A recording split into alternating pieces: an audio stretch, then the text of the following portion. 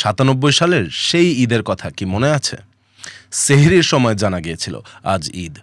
19-এর ঘটনাও নিশ্চয়ই আপনার মনে আছে। তারাবি পরে এসে শোনা গেল চাঁদ দেখা কমিটির ঘোষণা, চাঁদ নাকি দেখা গেছে কালই ঈদ। আপনি হয়তো কখনো ভেবেছেন এই চাঁদ দেখা কমিটি আসলে কি, তারা চাঁদটা কিভাবে দেখে?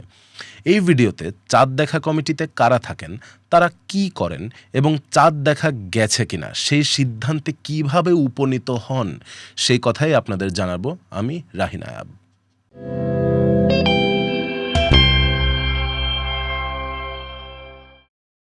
অনেকেই মনে করেন বাংলাদেশে সৌদি আরবের পরের দিন ঈদ পালন করা হয়, তবে ব্যাপারটা ঠিক তা না। সৌদি আরব ও বাকি বিশ্বের মতো বাংলাদেশেও ঈদ চাঁদ দেখেই পালন করা হয়, তবে বাকি বিশ্বের তথ্যের উপর নির্ভর না করে এদেশে ঈদের তারিখ নির্ধারণ করে আমাদের নিজস্ব চাঁদ দেখা কমিটি। কিন্তু চাঁদ দেখা কমিটি চাঁদ কিভাবে দেখে? টেলিস্কোপ দিয়ে নাকি খালি চোখে? উত্তর একটাও না। চাঁদ দেখা কমিটি আদতে চাঁদ দেখে না, বরং কাজটা পরিচালনা করা হয় একটা চেইন অফ ফোন কল দিয়ে। এই চেইনটা কি, তাই আমাদের জানিয়েছেন চট্টগ্রামের বিভাগীয় ইসলামিক ফাউন্ডেশনের পরিচালক, যিনি বিভিন্ন সময় বিভিন্ন জেলার চাঁদ দেখা কমিটিতে কাজ করেছেন। আরবি মাসের 29 তারিখে বায়তুল মুকাররম মসজিদে বৈঠক হয় কেন্দ্রীয় চাঁদ দেখা কমিটির। সেই বৈঠকের সভাপতিত্ব করেন ধর্ম বিষয়ক মন্ত্রী অথবা প্রতিমন্ত্রী। প্রথমে কথা বলা হয় আবহাওয়াবিদ এবং মহাকাশ ও দূর অনুধাবন বিশেষজ্ঞদের সাথে। জানা হয় চাঁদ কখন ও কতক্ষণের জন্য দেখা যেতে পারে এবং দেশে কোন কোন স্থানে আকাশ মেঘাচ্ছন্ন থাকতে পারে। এ তথ্য নেয়ার পর কমিটি বসে অপেক্ষা করে কখন ফোন আসবে জেলা চাঁদ দেখা কমিটির থেকে। প্রতি জেলারই একটি জেলা চাঁদ দেখা কমিটি থাকে, যার সদস্য সংখ্যা 7 জন। প্রতি আরবি মাসের 29 তারিখে তাদের বৈঠক হয় স্থানীয় ডিসি অফিসে।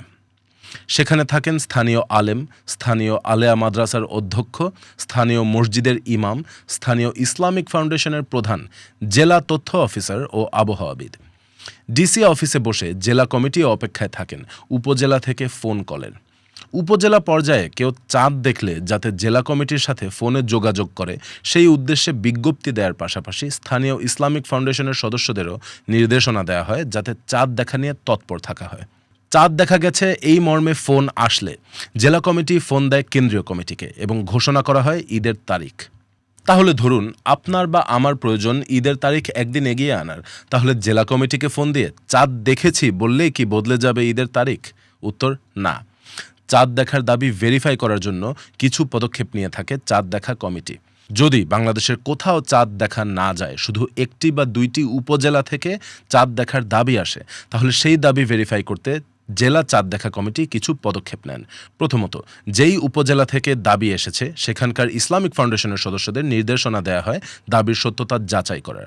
দ্বিতীয়ত, যেই ব্যক্তি চাঁদ দেখার দাবি তোলেন তার সাথে কথা বলা হয় এবং সম্ভব হলে তাকে জেলা কমিটির বৈঠকেই নিয়ে আসা হয় প্রশ্নোত্তর করে তার দাবির সত্যতা যাচাই করতে।